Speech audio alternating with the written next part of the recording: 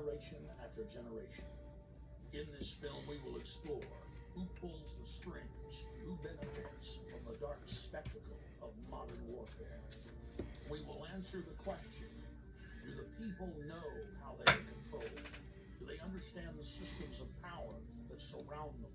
The modern propaganda machines of public relations that wash their brains and fill their minds full of ball games and mindless fluff. Is the population beginning to realize that governments throughout history have used the specter of fear to drive their populations into acquiescing to total tyranny? September 11th, national ID cards, Big Brother, the Iraq War, the 7/7 bombings in London, the invasion of Iran. How are they all interconnected? In previous films, we have focused predominantly on September 11th as the foundational event, the pretext for the current geopolitical structure. It's honestly just pulling. And they made that decision to pull. And we watched the building collapse.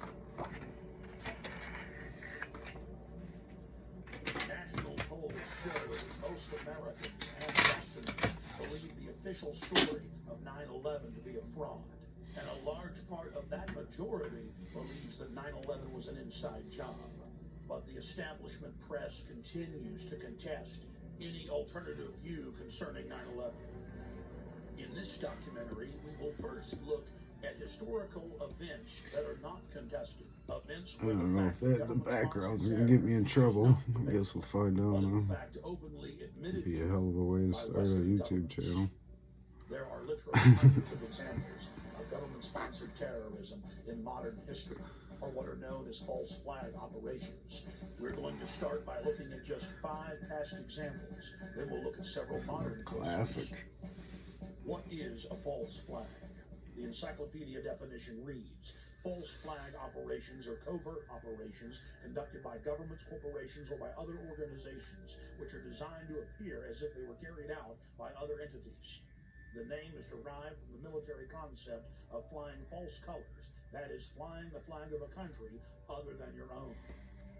There are many variants of false flag operations, but one of the most popular carried out by governments is to stage a terror attack or horrible criminal incident. I think the dogs are calmed down now. So one of the best known cases of a false flag op was carried out by the newly elected Adolf Hitler on February 27, 1933. Nazi documents uncovered at the end of World War II, as well as testimony during the Nuremberg trials, revealed what many historians already suspected, that Hermann Goering had set fire to the Reichstag, the German parliament building. The Nazis then produced their patsy, Marinus van der Lubbe, an extremely mentally handicapped young man who was found rolling around in an alley behind the Reichstag, naked. Van der Lubbe was then taken before a Nazi show trial, found guilty and sentenced to death. He was beheaded on January 10, 1934. Using the crisis he had created to pass laws similar to the USA Patriot Act, Hitler became dictator and set his sights on the world. By March of 1939, Hitler had already seized Czechoslovakia. Having gained both Austria and Czechoslovakia, Hitler desired to move east against Poland. Watch where your pen is going instead of watching your pen. That's good advice that I heard someone say. It was Heinrich Himmler who came up with a plan. Thus, the operation was codenamed Operation Himmler.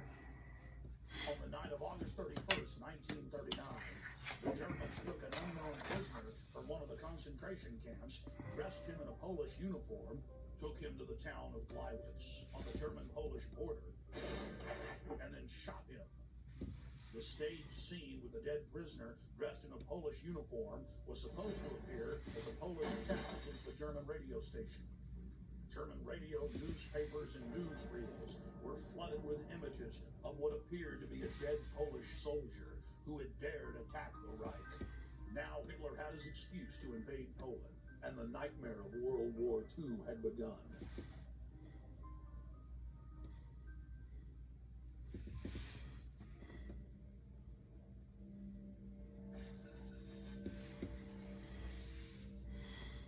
In 1953, the Central Intelligence Agency, working in tandem with MI6, overthrew the democratically elected leader of Iran, Dr. Mohammad Mossadegh. Mossadegh had been educated in the West, was pro-America, and had driven communist forces out of the north of his country shortly after being elected in 1951. Mossadegh then nationalized the oil fields and denied British Petroleum a monopoly. The CIA's own history department at CIA.gov details how U.S. and British intelligence agents carried out terror attacks and then subsequently blamed them on Mossadegh. In the late 1990s, large sections of Operation Ajax were declassified. The field commander of Operation Ajax Always liked the was Dracula none other than the aspect grandson of President Batman, Theodore so Roosevelt, Kermit Roosevelt. Before his death to in make the 2000, cape look Roosevelt creepier went public to the media, bragging about his patriotism and carrying out terror attacks in Iran and blaming it on the government. The provocations included propaganda, demonstrations, bribery, agents of Again, it influence, just and looks false fun. flag operations. They bombed the home of a prominent religious leader and blamed it on Mossadegh. They attacked mosques, machine gun crowds, and then handed out thousands of handbills claiming that Mossadegh had done it. The handbills read, "Up with Mossadegh, up with communism, down with Allah." Dr. Mohammad Mossadegh was incarcerated for the duration of his life and fared better than many of his ministers who were executed just days after the successful coup for crimes that MI6 and CIA had committed. The CIA then formed the dreaded Iranian secret police, or Savak, and a 25-year reign of terror and torture then commenced. The operation was seen by Western intelligence agencies as a huge success. The CIA then successfully used the exact same technique in scores of countries to overthrow elected governments and dictators alike.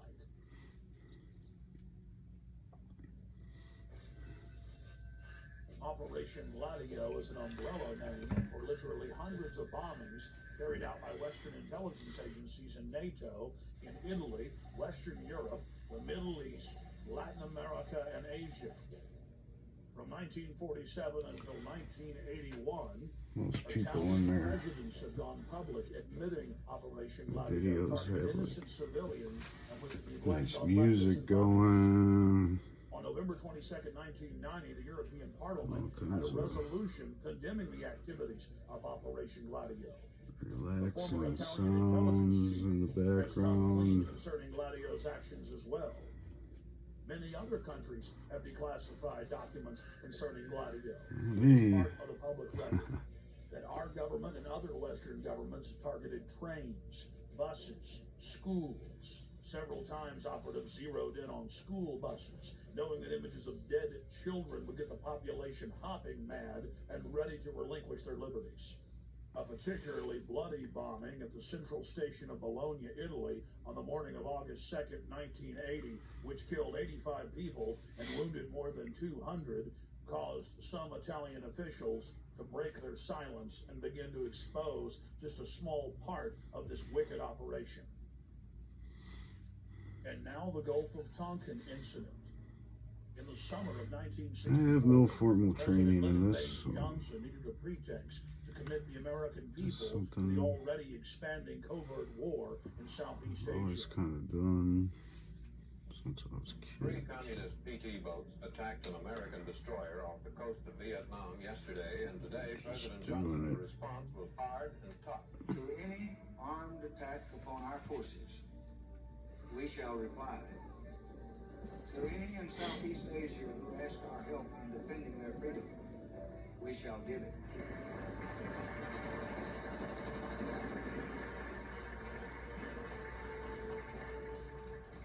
In November of 2001, the LBJ Presidential Library and Museum released tapes of phone conversations with the President and then Defense Secretary Robert McNamara, where they openly discussed plans to use the staged Gulf of Tonkin incident as a pretext to expand the war. Then, in late 2005, the National Security Agency declassified its own official history of the Gulf of Tonkin and admitted that intelligence agency officers had deliberately skewed the intelligence and claimed that Vietnamese patrol boats had attacked U.S. destroyers on August 4th, 1964, when in reality they had done nothing, even while being fired on by U.S. forces. Congress then authorized the Gulf of Tonkin Resolution. The Tonkin Lie paved the way for 58,000 American deaths and over 1.5 million dead Vietnamese. On October 6, 1976, two time bombs made of C4 planted on a Douglas DC-8 aircraft exploded, killing all 73 people on board in the most deadly act of airline terrorism in the Western Hemisphere until September 11, 2001. The plane was carrying Olympic athletes from 3 countries, including gold medal winners from Cuba. Declassified FBI and CIA documents show that the convicted bombers of the flight had been given U.S. visas just days before the attack, and that they were in the employ of the U.S. government. This had been reported on in respected publications for years, but has now been confirmed by multiple declassifications. Cuban plane bomber was CIA agent. Declassified U.S. government documents show that a man suspected of involvement in the bombing of a Cuban passenger plane worked for the CIA. Luis Posada Carrillo.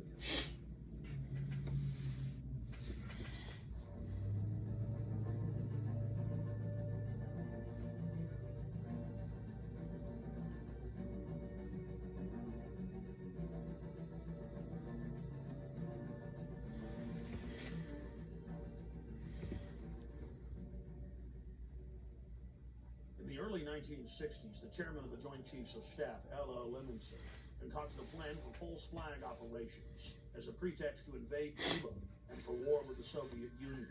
In Operation Northwoods, they planned to hijack jets by remote control, crash them, and blame the attack on Cuba.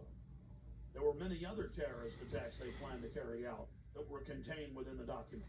One scenario mentioned was the destruction of a U.S. naval vessel that was to be blamed on a foreign power as a pretext for war. Gotta be careful with these pens. President Lyndon Baines Johnson went operational with Northwoods on June 8, Sometimes the 1967. ink don't dry real quick. During the 6-day war Spots of between wet Israel ink. and the Arab nations, the USS Drag my Liberty hands was sent through by it. Johnson to collect electronic intelligence in the eastern Mediterranean. The clearly marked Because U.S. I want intelligence ship to be was 14 cleaning miles off the these. coast of Israel in international waters. And the computer. Some of these at my table on Sunday. So, I'm trying to keep it as clean as possible, right? Israeli surveillance aircraft flew low over the ship and clearly identified it as an American vessel. At 2 p.m. that afternoon, the USS Liberty was attacked by 3 Mirage 3 fighter bombers. From the onset of the attack, the fighter bombers were jamming U.S. signals. Not only were they jamming U.S. signals specifically, they were also unmarked, the only unmarked aircraft in Israel's arsenal. Fighter bombers strafed the ships with their cannons, dropped conventional munitions and napalm on the ship, repeatedly from stem to I stern. might have to add music to this video instead and take out the background here. Assault missiles carrying napalm and other munitions like white phosphorus. I don't know. The USS Liberty was then attacked by 3 Israeli torpedo boats bearing Israeli flags. The torpedo gunboats opened fire with high-caliber machine guns and launched torpedoes.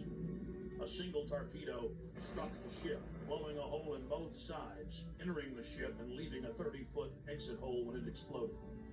Then the torpedo boats began strafing life rafts in the water, an international war crime. While all of this was happening, the oversized American flag flew clearly above the ship. The attack on the Liberty went on for hour after hour after hour. During the entire attack, the USS Liberty continually called the 6th Fleet that was nearby, begging for air support or rescue. 2 aircraft carriers in the Med responded by launching fighter aircraft. Unbelievably, they were recalled by the White House. Rear Admiral Geist, then commanding the carriers in the 6th Fleet, called Washington personally to confirm the recall order. Secretary of Defense McNamara came on the line, and then President Johnson himself told Geis, "I want that goddamn ship going to the bottom. No help. Recall the wings." Imagine being Admiral Geis begging the president to allow you to defend an American ship that's under attack, and being told by him that he wants the ship going to the bottom. Despite the fact that the U.S. carriers withdrew their help, a Russian spy ship appeared and witnessed part of the attack. After 3 hours into the attack, the Israelis withdrew because they were witnesses, allowing the damaged USS Liberty to limp to safety. 40 years after the attack on the USS Liberty, we know exactly what happened. I've interviewed former chairman of the Joint Chiefs of Staff, Admiral Thomas Moore. I've interviewed the admirals that were on the line who heard what President Johnson said. I've even talked to the head JAG officer of the Navy, who was ordered to falsify the reports and cover up what had really happened. One of the Israeli pilots has gone public as well, saying that 3 times he refused over his radio to headquarters to attack the ship, saying clearly that it was an American ship in international waters and an ally. He was ordered under threat of court-martial to engage the ship. In a nutshell, this is what happened. President Johnson had personal control over the ship, parked it in the Mediterranean, made a backroom deal with Israel to attack it with an order to kill all aboard. Then the attack on the ship was to be blamed on Egypt. The U.S. would enter the war and take over the entire Middle East. In the aftermath of the attack on the most highly decorated ship in U.S. history, the captain and his entire crew were told they would spend life in prison or be killed if they told anyone what happened. Captain William L. McGonigal was given the Congressional Medal of Honor in secret and told not to tell anyone that he had won the award.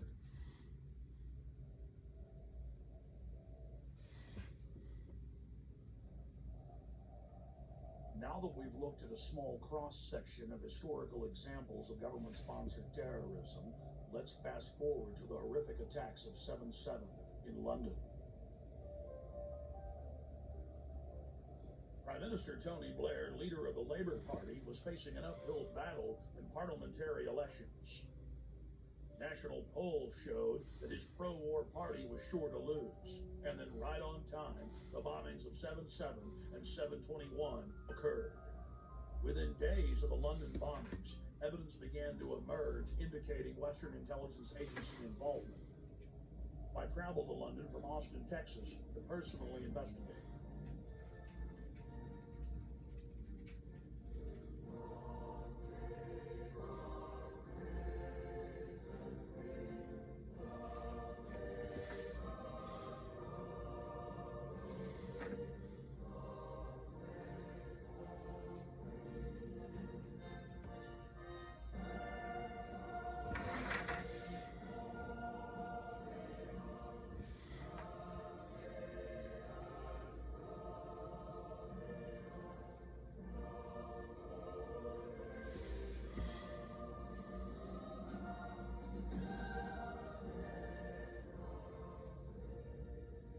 Once I arrived, I was met by Paul Joseph Watson and his brother Steve Watson, who are reporters for my news website, prisonplanet.com.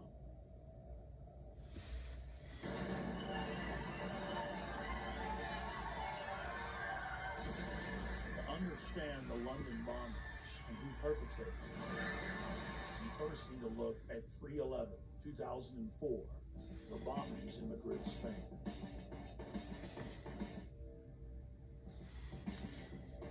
Years after the blast that rocked trains in the city of Madrid, Spain, the government admits that Al-Qaeda had no connection to the attacks.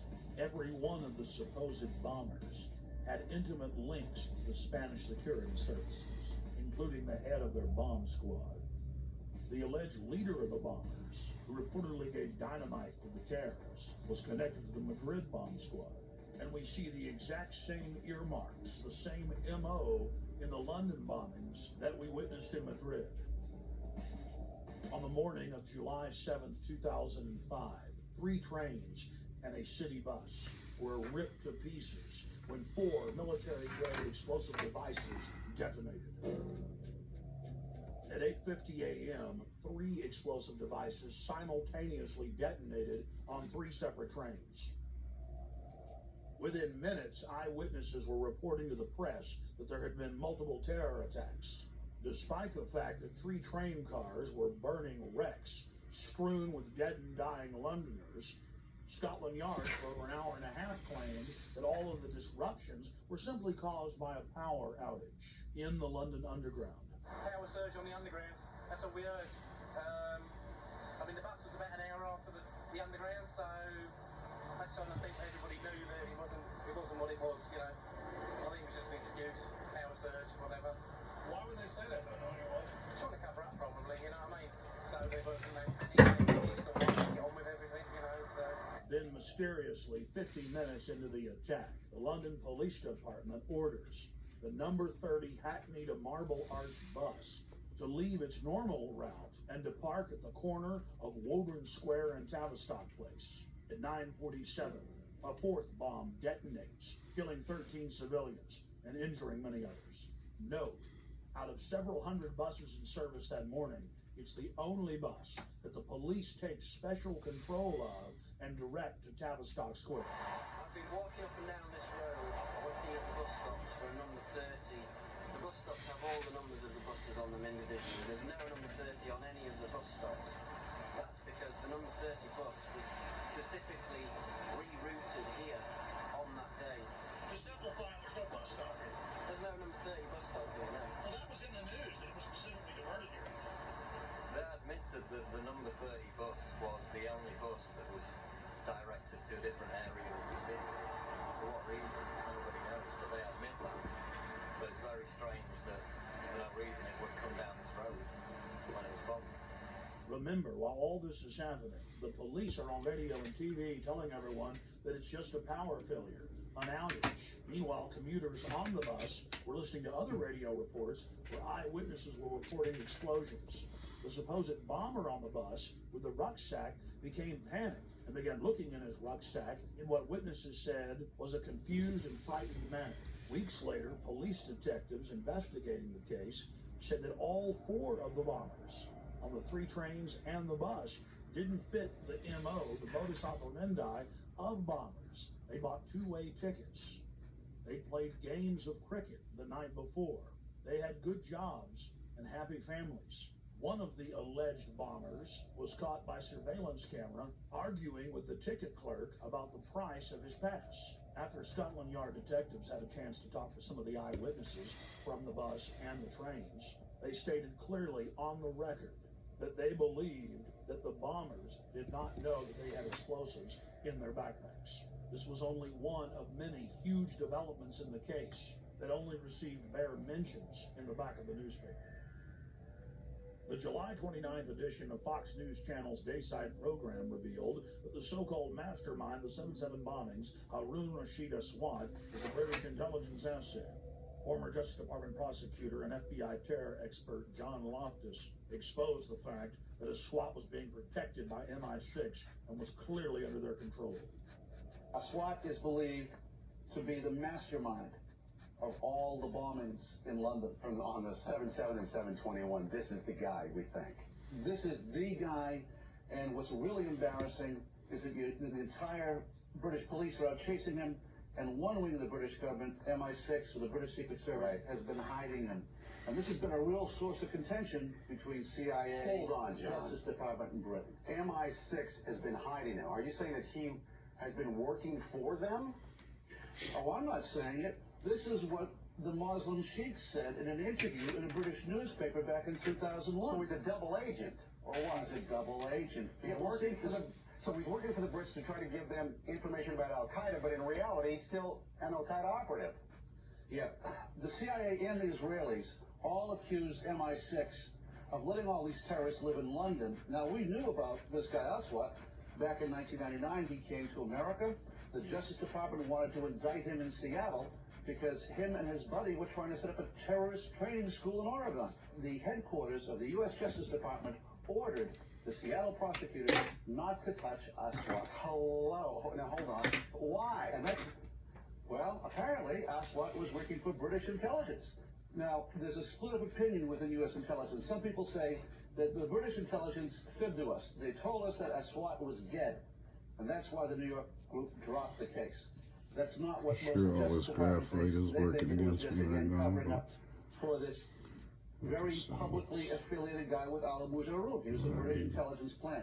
Our CIA says, okay, let's arrest him, but the Brits say no again? The Brits say no. Now, at this point, 2 weeks ago, the Brits know that the CIA wants to get a hold of Haroun. So what happens? He takes off again. Goes right to London. He isn't arrested when he lands. He isn't arrested when he leaves. Even though he's on a watch list.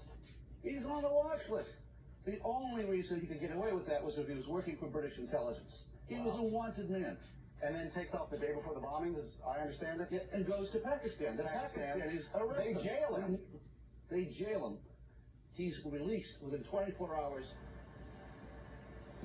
In London, we spoke with David Shaler, a former MI5 agent who was convicted of breaking the Official Secrets Act and imprisoned for 6 months. With regard to 7/7, there's been a witness report now included in a local British newspaper called the Cambridge Evening News, in which somebody who was on one of the tube trains says that he didn't see a man with a rucksack. In fact, after the explosion, what he saw was metal pointing upward from the bottom of the carriage. That would indicate, of course, that the bomb was not carried onto the tube train, but was in fact attached underneath it. Now again, nobody in the British national press is following that up. I hope investigators and the police are. A current member of British Parliament and a former cabinet minister in Prime Minister Tony Blair's government, Michael Meacher, was sacked in 2003 for raising important questions on the eve of the Iraq War. Atrocity of London bombings, where 56 people were killed. That was on the 7th of July, 7/7 we call it. It's a very convenient way of ensuring there is fear, of ensuring that there is control, and of ensuring that those who are in the know, and of course we cannot tell you because it is all secret, are in a position of extreme power. As part of our inquiry into the London bombing, we wanted to investigate the suspicious death of Jean-Charles de Mendes. Within days of his brutal murder at the Stockwell tube station in the London Underground, evidence of a cover-up began to emerge. What did you witness with the unfortunate Brazilian man that died? All we saw was the police running into the station with guns. That's all we saw. We didn't see anything else at all. And then after that, a couple of seconds after that, we were vacated down South Lambeth Road. That was all we saw. We didn't see anything else. I mean, are you sad for him and his family that he's dead? Oh yeah, but at the end of the day, he should have stopped and surrendered, shouldn't he? If it had happened in his own country, he would have been shot down as well. So with all that's gone on, the police were only doing what they thought was best, as far as I'm concerned. Why do you think he ran? Well, because his visa had run out, obviously. But he's not going to have armed police running after him just because his visa's run out, has he? So the police were protecting, the people travelling on the tube. So I don't see any wrong in what the police have done at all. I understand your view on that. Why do you think they shot him 8 times in the head? Oh, I don't know. It's a lot of times to shoot him. It is a lot of times to shoot him. How many times did you hear they shot him? 5 at first. 5, and then 3 first, then 5, then it went up to 8. So. And the police admit they tackled him and then shot him. Well, they told him to surrender, didn't they? They told him to stop, and he didn't. He carried on running, so, What else could they have done, as far as I'm concerned? 007, huh? 007. License to kill. Yeah. I still believe that there should be a shoot-to-kill policy. I still believe, personally, but that's my views, I think people should give up their liberty for freedom. All right.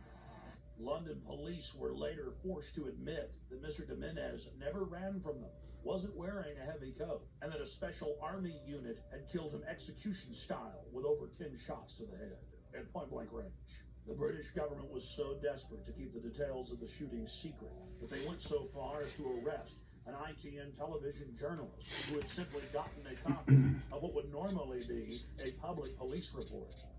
Government whistleblowers and police have also been suspended and arrested for telling the truth.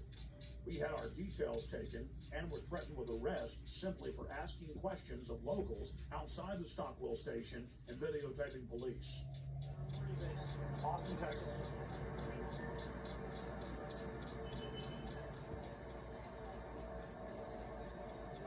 Alex, what's in there? 21174. You just ran this in the ground for us? No, it's okay. Oh, here, let me do it. Take it down. 2 week for our program like mistakes and so on. Exactly. In fact, I think it'll probably be broken into it'll probably be broken into pieces. So, what do you think about this event? I think it's very bad that it happened. What do you think should happen? I think the policy of shooting should have been more thoroughly thought out. I'm afraid there must have been a terrible mistake here. I feel very sorry for the family and very sorry for the policeman that made a horrible mistake. Yeah, it's going to be bad for everybody. It's a tragedy all around, I think. Thank you. The police first claimed that it was a hot morning, when official weather reports showed that it was around 60 degrees, and that Mr. Jimenez was running down the street wearing a giant padded coat with wires sticking out of it, that he vaulted over the turnstiles, charged through a crowd of pedestrians, raced onto the train, and was about to detonate bombs when the heroic officers gunned him down. The authorities then conveniently claimed that all the surveillance cameras malfunctioned that morning. Police have now been forced to admit, thanks to watchdogs in their ranks, that none of the cameras malfunctioned, and they've now released the video. The government has now been forced to admit that he was wearing a light denim jacket, and there were no wires of any type. Police that weren't part of the special military unit didn't know why they killed him. The police had followed him from his home. They knew that he was a Latin Brazilian working in England as an electrician. They followed him for 30 minutes as he walked from his home towards the station. Once in the station, he calmly bought a Metro paper, paid for his ticket with his Metro Oyster card, and then walked onto the train. Passengers then reported that they were told to get off the train. Once they'd stepped off, still looking through the windows, they saw the Special Forces police squat on Mr. Mendez and shoot him over 10 times in the head. Witnesses said Mendez looked at the authorities as if he knew them. He was like a scared rabbit, and he was killed execution style. The question is why? A special military hit team stopped him and tracked him from his home to the train station, and then killed him in cold blood, making sure he was dead. It's well known that if somebody has a bomb, you don't shoot at them, and you certainly don't get near them. No, Mr. Mendez had seen something he wasn't supposed to see. He learned a little too much, and he had to be eliminated. We were at the station just a week after he was killed, and many of the facts we've covered were already public knowledge. But still, some of the locals made excuses for the police. Within hours of the 7/7 bombings, Israeli army radio was reporting that Benjamin Netanyahu, the former prime minister of Israel, had been warned not to leave his hotel that morning to attend a meeting less than 100 yards away from one of the train stations that was bombed. The Associated Press ran the headline, "Netanyahu changed plans due to warning." Then the current Prime Minister, Ariel Sharon's office, instructed Israeli officials not to give interviews to the foreign media concerning the warning. Israel's Foreign Office attempted to spin the story, saying that they'd given a general warning to the British that day. Then several weeks later, the head of Mossad told a major German newspaper that he indeed had issued a warning to Benjamin Netanyahu at 8:40 a.m., 10 minutes before the first blast. Conveniently for authorities, the bus surveillance camera malfunctioned. Something else happened that was convenient for the establishment line. All 4 of the supposed bombers' identification cards survived unscathed at all 4 events. There was just one problem. In one case, one of the bombers' IDs was found at 2 separate locations. As the evidence mounts, it is crystal clear. Only criminal elements of the British government could stage the attacks and then engage in the cover-up. The reason the Netanyahu story is important is it clearly shows that other intelligence agencies were aware of what was going on in London that day and took necessary precautions to protect their Minister of Finance. In 1994, the Israeli embassy in London was bombed. This was at a time when I was in the service. I joined the Middle Eastern section shortly after that. And I was actually astounded to read a document written by a senior MI5 officer who'd seen all the information coming in about this attack. And he said that he believed that the Israelis had bombed their own embassy. In any staged terror attack, governments have to be extremely careful to keep the operation shielded, compartmentalized. Most people in government are moral individuals who believe that they're standing up for their nation's sovereignty, for its national interest, and it's absolutely essential to keep them in the dark. One of the chief tools used by governments as a smokescreen is staging exercises or drills at the exact same time and exact same places as real events. When the Oklahoma City Federal Building was bombed, the Bureau of Alcohol, Tobacco, and Firearms was staging an anti-terror drill with their bomb squad on the morning of April 19, 1995, at the same time that the real event took place. On the morning of September 11, 2001, the Pentagon was running 5 separate drills. 2 of the drills targeting the exact same targets at the exact same time. That caused NORAD to stand down, believing it was just a drill. And London was no different. It's important to note that those taking part in the drills need not know that they're part of a larger operation. In fact, it's better for the conspirators that they not be informed. One of the chief reasons this is done is so that if any of the operatives carrying out the attack are caught by other elements of the government, they can simply claim that they were taking part in a drill or an exercise. NSA, Infopol 9, and Echelon-type systems that are scanning for terrorist chatter will be fooled into believing they've simply picked up part of an exercise.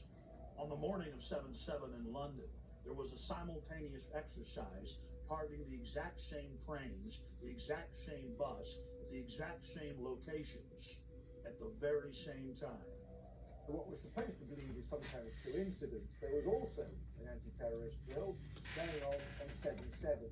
And again, just like 9/11, they were talking about attacks on the same targets, the same kind of tube station, and exactly the same time as the actual attack happened. We learned of the drills of 7/7 on 7/7 from Peter Power, the head of Visor Consultants, a crisis management firm based in London. Mr. Power was the former spokesperson for Scotland Yard. Mr. Power told National British Television, ITN News, about the drills. Today we were running an exercise for a company, bearing in mind I'm now in the private sector, and we sat everybody down in the city, 1,000 people involved in the whole organisation, the big crisis team, and the most peculiar thing was we based our scenario on the simultaneous attacks on the Underground and mainline station. So we had to suddenly switch an exercise from fictional to real. And one of the first things is, get that bureau number, when you have a list of people missing, tell them. And it took a long time. Just to get this right, you were actually working today on an exercise that envisioned virtually this scenario. Almost precisely. I was up until 2 o'clock this morning because it's our job, my own company, Visor Consultants. We specialise in helping people to get their crisis management response. How do you jump from slow time thinking to quick time doing? And we chose a scenario with their assistance, which is based on a terrorist attack because they're very close to a property occupied by Jewish businessmen. They're in the city, and there are more American banks in the city than there are in the whole of New York. A logical thing to do. And I've still got how extraordinary today must feel for you as it unfolds.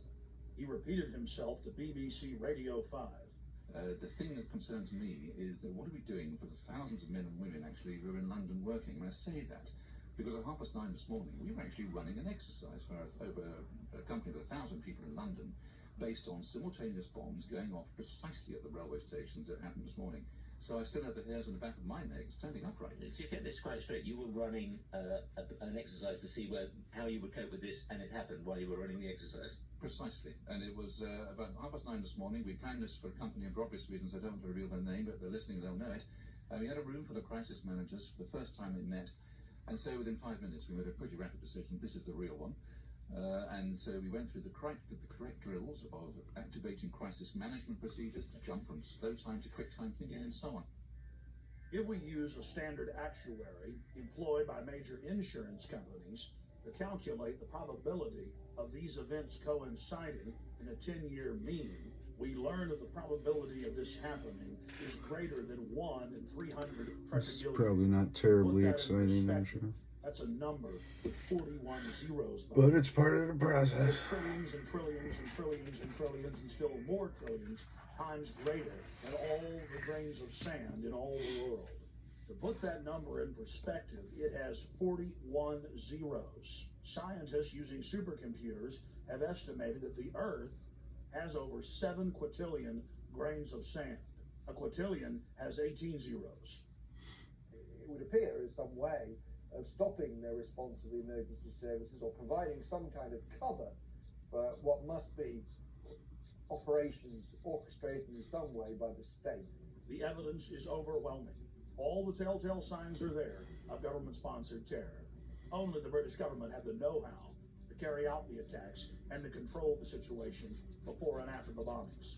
And of course, there's all the other admitted cases where the British government has hired terrorists to carry out assassinations or carried out bombings in their own country as a pretext for political control. And then, of course, there's qui bono, Latin for who benefits, who stands to gain. In the weeks leading up to 7/7, Tony Blair's poll numbers had fallen to the lowest point in his 7-year administration. His Labour Party was sure to lose the parliamentary elections. Support for the war was dismal. Despite the bombings, which did improve his approval ratings and support for the war, he was still only barely able to maintain control over the British House of Commons. In the wake of the bombings, Tony Blair's administration descended on the British people with a raft of tyrannical legislation, attacking the press, There's going to be a lot of black for a martial law takeover of the nation through the Civil Contingencies Act. And of course, the bombings took place while world leaders were meeting in Scotland, so Bush and Blair could grandstand and blame the whole thing on Iraq, legitimizing their war. Despite the fact that the G8 World Summit was coming to England on July 7th, the British government lowered the terror threat on the London Underground in early June and conveniently lowered security. We were told that we invaded Iraq to bring the nation freedom, but Pentagon documents show their real plan was to balkanize the nation into 3 or 4 sections and foment endless sectarian civil war. The true objective was to ensure the nation remained in turmoil as a pretext to build permanent military bases, as well as delivering long-term profits to defense contractors. Think about it. Do defense contractors make more money if they were just in Iraq a year, or now the projected decade? United States, British, and Israeli forces have all been caught repeatedly carrying out staged terror attacks in Iraq in an attempt to keep the war going. In the interest of time, we'll look at just one example. In late September of 2005, in the British-controlled city of Basra, 2 British Special Forces SAS commandos attacked a group of police at a checkpoint, killing one and injuring another. When they were finally subdued and brought into custody, their car was filled with plastic explosives, automatic weapons, rocket-propelled grenades, and other bomb-making materials. Probably gonna have to go over this stuff. Britain's most elite fighting force, the Special Air Services, be dressed up like Arabs, some spots again if it's with a car gonna full of plastic explosives in a city that had been a racked little by streaky, sectarian but violence. The governor of Basra in Iraq ordered that the British soldiers be held for trial for the murder they committed. Within hours of their incarceration, dozens of British tanks and hundreds of soldiers assaulted the main police station in Basra, killing jail guards and police in the process. To free the 2 commandos, over 150 prisoners escaped, and the controlled mainstream media reported on the incident as if it was no big deal. Cannot wait for the final proof. The smoking gun could come in the form of a mushroom cloud. I'm real jealous of people that can use a real traditional brush. Saddam Hussein already possesses 2 out of the 3. This is really something I want to work on. In early February of 2006, members of the British Just government my own documents that the satisfaction. White House admits are authentic. Known as the White House Memo, it is the minutes of a Probably not gonna do pre-war that on meeting camera. between Prime Minister Tony Blair and George Bush in the Oval Office. The minutes contain the discussion of a classic false flag operation, Maybe. where Bush tried to lure Saddam into war using UN aircraft. Mr. Bush told Tony Blair of the I'll do a extraordinary live plan and someone during a can meeting teach in the me White while House I'm on on it. January 31st, 2003, 6 weeks before the war started. The Times of London reported.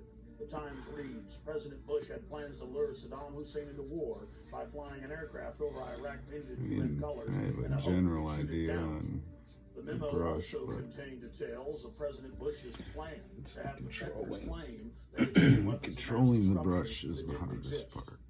Well, it is Controlling certainly true that that we tip. now know that Keeping the it evidence, strong. both in the United States and in Britain, which was put before the people, turns out to be wrong. It was known to be wrong. It was fed to Parliament. It was fed to Congress in order to get the necessary support. But we don't want the smoking gun to be a mushroom cloud. This pen I'm using right now is real flexible. When Congress threatened to block the reauthorization and expansion of the U.S. Patriot Act in 2006, President Bush announced that he would still enforce the law, even if it was not a law. That, by its definition, is dictatorship. When President Bush was caught secretly paying off reporters and newspapers and television stations across the country to the tune of $1.6 billion in 2 years, the Governmental Accounting Office declared it illegal. Every single action by itself was a felony, and there were tens of thousands of instances. President Bush simply said that he was above the law, and it didn't matter if Congress said it was illegal, he was going to continue the practice. When a leader declares themselves above the law, you are living in an official dictatorship. We have found out from our time in the services that there are certain people in the press who work as agents of influence of the intelligence services. In Britain, it's very easy to reward people with privileges, with contracts, with honours, with appointments to the House of Lords, with knighthoods and so on. So no money has to change hands, but those people know very clearly that they have a job to put out propaganda on behalf of the services. Now, I have no problem, of course, with the services arguing their case in the media. If they're going to do that, like anybody else, they should declare where they come from and why they're stating that point of view. Fortunately, as a result of our book, Spies, Lies and Whistleblowers, one of the prominent agents of influence, in fact, two prominent agents of influence, Dominic Lawson and Tom Cochran, who both work for the Central Intelligence, have had to resign. Because, of course, once you're exposed as an agent of influence, you can no longer do that job because people just simply say, well, he's saying that because he's working to an MI6 brief.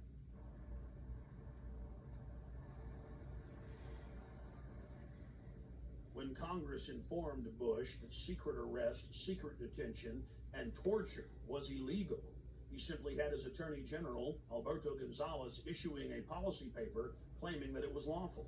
Known as the infamous torture memos, Gonzales said that they would simply stop calling it torture and call it pressure, and that if someone died in custody from torture, that was acceptable. But White House counsel John Yoo went even further. In memos that he wrote for the president that were used by the military as their authority to engage in torture, he stated that they could even torture small children in front of their parents. What it probably should have did was outline everything, In another shocking turn, President Bush has taken to signing and pieces of erase it, and then legislation do that all haven't these even passed the blacks. Congress. President Bush was also caught Feeling engaging in warrantless searches using the National Security Agency to spy on the American people. Bush claimed that he had executive authority to ignore any federal law he wished. The 1878 Posse Comitatus law bars the military from engaging in law enforcement activities against the American people. Bush was Paper caught really using the seems to be Defense soaking up Intelligence the Agency, ink. a branch of the Pentagon, to spy on peaceful anti-war activists. He again claimed that he was above the law. Bush then claimed that the Constitution gave him the right to spy on the Nothing American people. crazy. Of course, the Constitution and Bill of Rights says the exact opposite. In the midst of the scandal, the retiring head of the National Security Agency went before the National Press Club and informed everyone that there was no need of a warrant in America. He chastised a reporter who claimed that you needed probable cause to search someone. He said all that was needed was that it be, quote, reasonable, and the government would decide what was reasonable. My understanding is that the Fourth Amendment of the Constitution specifies that you must have probable cause to be able to do a search that does not violate an American's right against unlawful searches and seizures. The Fourth Amendment actually protects all of us against unreasonable search and seizure. But that's what it says. The measure is probable cause, I believe. The amendment says unreasonable search and seizure. But does it not say probable? The court standard, the legal standard is probable cause. General, you used the terms just a few minutes ago, we reasonably believe. And a FISA court, my understanding is, would not give you a warrant if you went before them and say, we reasonably believe. You have to go to the FISA court, or the Attorney General has to go to the FISA court and say, we have probable cause. And so what many people believe, and I'd like you to respond to this, is that what you've actually done is crafted a detour around the FISA court by creating a new standard of reasonably believe in place of probable cause, because the FISA court will not give you a warrant based on reasonable belief. You have to show probable cause. Could you respond to that, please? Sure. I didn't craft the authorization. I am responding to a lawful order. Right? The Attorney General has averred to the lawfulness of the order. I will now read the Fourth Amendment in its entirety. The right of the people to be secure in their persons, houses, papers, and effects against unreasonable searches and seizures shall not be violated, and no warrant shall be issued but upon probable cause, supported by oath or affirmation, particularly describing the place to be searched and the persons or things to be seized. Notice the Fourth Amendment clearly states no warrant shall be issued but upon probable cause, and that must be supported by an oath or affirmation, and particularly describing the place to be searched and the persons or things to be seized. That is the definition of reasonable. Reasonable is having a witness and having probable cause, and specifically knowing what has been done that is wrong and against the law that you're searching for. Not just, oh, we say we're being reasonable. The National Security Agency director clearly knew what he was doing. He knows that 99% of Americans have no idea what the Fourth Amendment actually says.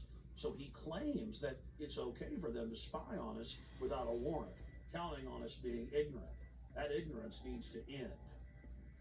Or maybe he's looking at a Fourth Amendment that the rest of us haven't seen. Several years into the occupation of Iraq, President Bush told the world that they had freedom of the press. Now it's been revealed that if you write one story critical of the occupational government, you are instantly arrested and sentenced on average to 30 years in prison.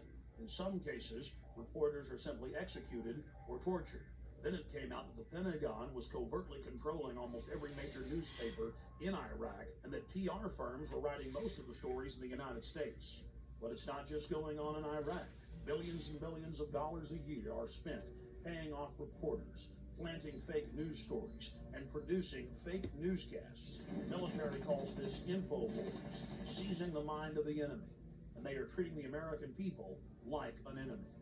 When you learn that the Pentagon, the CIA, and the White House are openly engaging in military-style propaganda against the American people, then you begin to realize why large portions of the American population simply don't have their facts straight. We asked David Shaler about MI5 and MI6 connections to Al-Qaeda. I learned an operation in which MI6, the British External Intelligence Service, had funded Al-Qaeda to carry out an operation to try and assassinate Colonel Gaddafi of Libya. Once I'd become briefed on a plot in which MI6 was funding our terrorist enemies without government permission, I no longer would be part of that setup. We also spoke with former MI5 agent Annie Mashan, herself a whistleblower, exposing MI5 and MI6 wrongdoing. I went public in conjunction with my partner because we'd seen so many dreadful things going on, and we believe that the British public deserves better protection. My own, not as much government, but intelligence services were carrying out operations in which innocent Libyans died. David was briefed officially by MI6 officers on their attempt to assassinate Colonel Gaddafi by funding Al-Qaeda in Libya. So I felt the need to say something about that. It took a long time to have the courage to be able to do that with the newspapers in this country. But eventually I decided that was the only way forward. We had to leave our friends and family, we had to leave our jobs, our home, everything in London with 3 days' notice because the newspapers suddenly decided to kick into action. I lived in exile for 3 years. In fact, when I actually tried to use a legal route to alert the British government about MI6 funding Al-Qaeda, I was the one thrown in prison. We then tried to negotiate with the government. We tried to say, please take our evidence about the crimes we've seen. The government refused then, and to this day, 8 years on, they are still refusing to take David's evidence and my evidence about crimes committed by our intelligence agencies. We have sources have told the press, a source in America from the State Department and the CIA have confirmed that payments were made to a group in Libya that was associated with Osama bin Laden. A document actually appeared on the internet which predates the attack and describes exactly the modus operandi, the way of carrying out the attack, the timing of the attack, the people involved, the Islamic extremists and so on, that I described when I went on the record. As a result of the attacks on 7/7, the British people seem much more complacent and will allow the state to infringe their liberties in a way that they wouldn't allow them to do otherwise. While in London, I learned that Parliament had just passed a law that would ban any type of free speech within several miles around the British Parliament building. Blair's approval ratings go up when there is an event. Bush's approval ratings go up when there's an event. This video is Would carry out an operation that would empower the new world order, global empire, whose epicenter is London. 25 years old, this movie. Why would anybody put up with this? My friends, never give up your liberty. Stand up against tyranny. Learn the truth and find out who has the motive. Find out who has the motive to scare you into submission, to intimidate you, to bully you, and to accepting the wars of global war and empire and genocide. At a time like this, I think people are prepared to give up a little bit of their liberty, aren't they? Just a bit. I mean, you know, it's okay. I mean, if you got nothing to hide, it's not really a problem, is it? I think we should be just a bit further on what we've allowed here. I think we've been too democratic and we've been too soft.